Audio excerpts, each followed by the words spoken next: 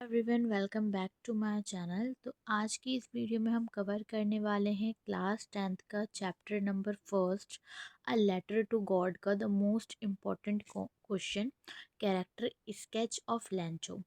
तो गाइज इसी में मैं आपको कैरेक्टर स्केच बताऊंगी लैंचो का, और साथ ही साथ में एंड में कुछ ऐसे कीवर्ड्स भी बता दूंगी जो आप एग्ज़ाम में लिखोगे तो आपका जो आंसर है वो थोड़ा अट्रैक्टिव लगेगा, जिससे जो एग्ज़ामिनर होगा उसको लगेगा हाँ आपने पूरा चैप्टर ब्रीफली रीड करा है, उसके बाद ये आंसर्स लिखे हैं।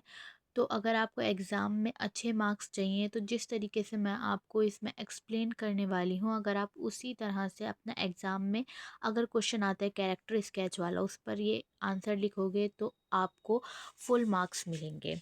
तो हम स्टार्ट कर लेते हैं। Lencho is the main character of the story a letter to God written by G.L. Fuentes.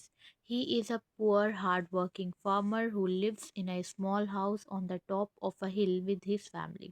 तो सबसे पहले हम लैंचो का ब्रीफली इसमें इंट्रोडक्शन दे रहे हैं कि लैंचो जो है, इस जो हमारा चैप्टर है स्टोरी है उसका मेन कैरेक्टर लैंचो है, अ लेटर टू गॉड का। और साथ ही साथ में हमने राइटर भी लिख दिया, कौन है इसके राइटर, J.L. फ्यूंटेस। लैंचो क्या होता है, poor hard working farmer. Poor hard working farmer जो कि अपनी फैमिली के साथ रह रहा होता है हिल पे, पहाड़ों की टॉप वाली साइड पर। His only source of income is his crop which depends completely on rainfall. तो उसका जो ओनली सोर्स ऑफ इनकम है जिससे उसे पैसे मिलते हैं वो क्या है, हिज क्रॉप। जो खेती बाड़ी कर रहा है वो फील्ड में जो उगा रहा है उसके, वो उसका ओनली सोर्स ऑफ इनकम है, उस सिर्फ और सिर्फ उससे ही उसको पैसे मिलते हैं। तो अब जो उसका क्रॉप है, जो उसके गेहूं हैं जिन्हें वो उगा रहा है, वो किस चीज़ के डिपेंड कर रहे हैं, वो रेनफॉल, यानी कि उन्हें थोड़ी सी बारिश चाहिए। खेती बाड़ी में आप जानते ही हो धूप बारिश ये सारी चीज़ें बहुत ज़्यादा ज़रूरी होती हैं। तो अब उसकी जो फसल है उसे थोड़े से बारिश की ज़रूरत है। लैंचो is a man of strong faith in God. He believes that God helps honest people and never lets them suffer. तो लैंचो जो है एक स्ट्रॉन्ग फेथ रखता है गॉड के अंदर, भगवान के अंदर। वो बिलीव करता है कि भगवान जो हैं, जो सच्चे लोग होते हैं, उनका हमेशा भला करते हैं, उनको कभी भी किसी भी चीज़ से सफ़र नहीं करवाते हैं, क्योंकि वो लोग अच्छे हैं इसी वजह से।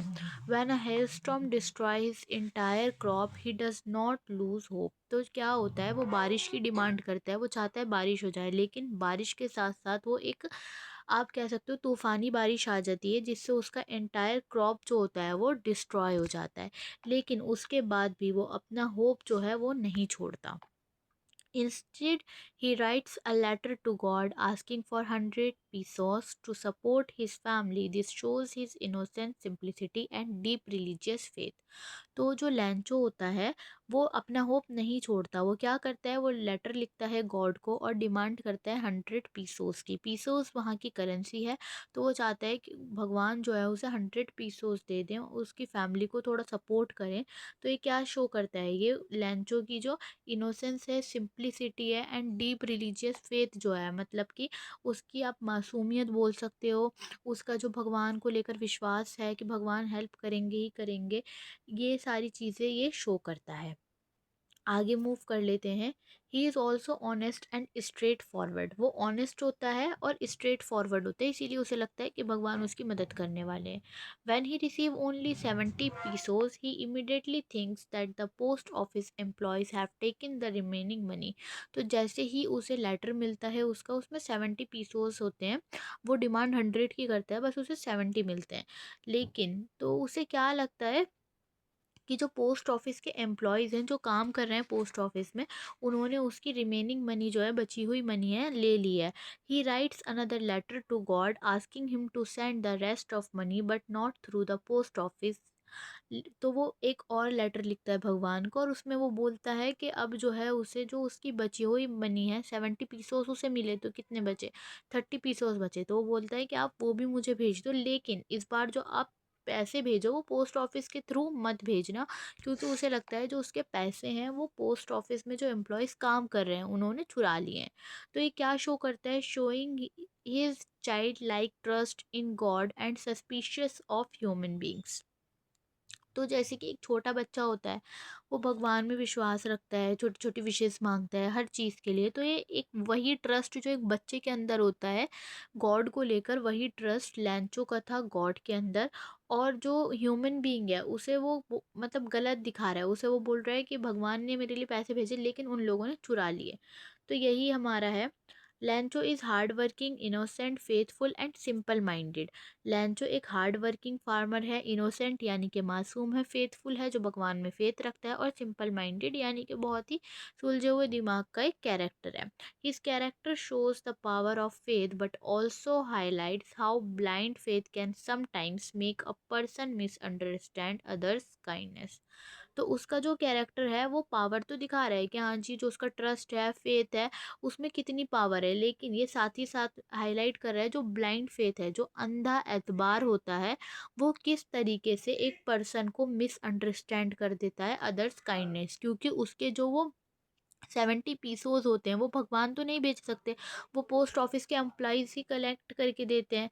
तो अब उन्होंने एक तो उसकी हेल्प करी, लेकिन उसने अनदर लेटर में क्या बोला, उन्हें बंच ऑफ क्रॉक्स बोल दिया था, यानी कि वो पीपल जो करप्शन करते हैं। तो इसी में ये दिखा रहा है कि अगर वो उसका जो कैरेक्टर है जहाँ वो फेथ दिखा रहा है, वहीं दूसरी तरफ वो दिखा रहा है कि ब्लाइंड फेथ यानी कि अंधविश्वास। एक तो पोस्ट ऑफिस के एम्प्लॉयज़ ने उनकी मदद करी और उसने उन्हें ही गलत समझ लिया। तो मैं आपको कुछ कीवर्ड्स बताने वाली थी, जो अगर आप अपने आंसर में लिख दोगे तो उससे आपका आंसर और ज़्यादा अट्रैक्टिव लगेगा। तो ये कीवर्ड्स हैं, आप आगे नोट कर लेना। ये हैं आपके, सबसे फर्स्ट आप लिख सकते हो हार्ड वर्किंग फार्मर। दूसरा आप यूज़ करना डीप फेथ इन गॉड। तीसरा आप यूज़ कर सकते हो इनोसेंट एंड सिंपल। फोर्थ आप यूज़ कर सकते हो ऑनेस्ट बट नाइव। फिफ्थ आप यूज़ कर सकते हो स्ट्रॉन्ग बिलीवर इन मेरिकल्स। ठीक है। तो guys, this is all for this video. I hope आप लैंचो का कैरेक्टर स्केच प्रॉपर तरीके से समझ पाए हो। और अगर, क्योंकि इसमें आपको जो है, अब अभी स्टोरी में बहुत कुछ है लिखने का, ये पूरी समरी नहीं है, पूरी समरी भी मैंने डाल रखी है एक इजी एक्सप्लेनेशन वीडियो मेरी यूट्यूब पर ही, मैं उसका लिंक जो है डिस्क्रिप्शन में डाल दूंगी, आप वहाँ से देख सकते हो उसे। तो इसमें हमने मेन जो फोकस करा है वो लेंचो के कैरेक्टर पर ही फोकस करा है। तो हमें इसी तरीके से एग्जाम में आंसर लिखना है, कहीं भी घुमा फिराना नहीं है अपने आंसर को, ये नहीं हमसे पूछा कुछ जा रहा है और हम लिख कुछ दें। तो हमने इसमें जो मेन फोकस करा वो लेंचो पर करा है, क्योंकि हमारा जो क्वेश्चन था वही ये था कि हमें कैरेक्टर स्केच लिखना है लेंचो का। So this is all for this video. I hope you like my video. If you like my video then please subscribe my channel. Thanks for watching.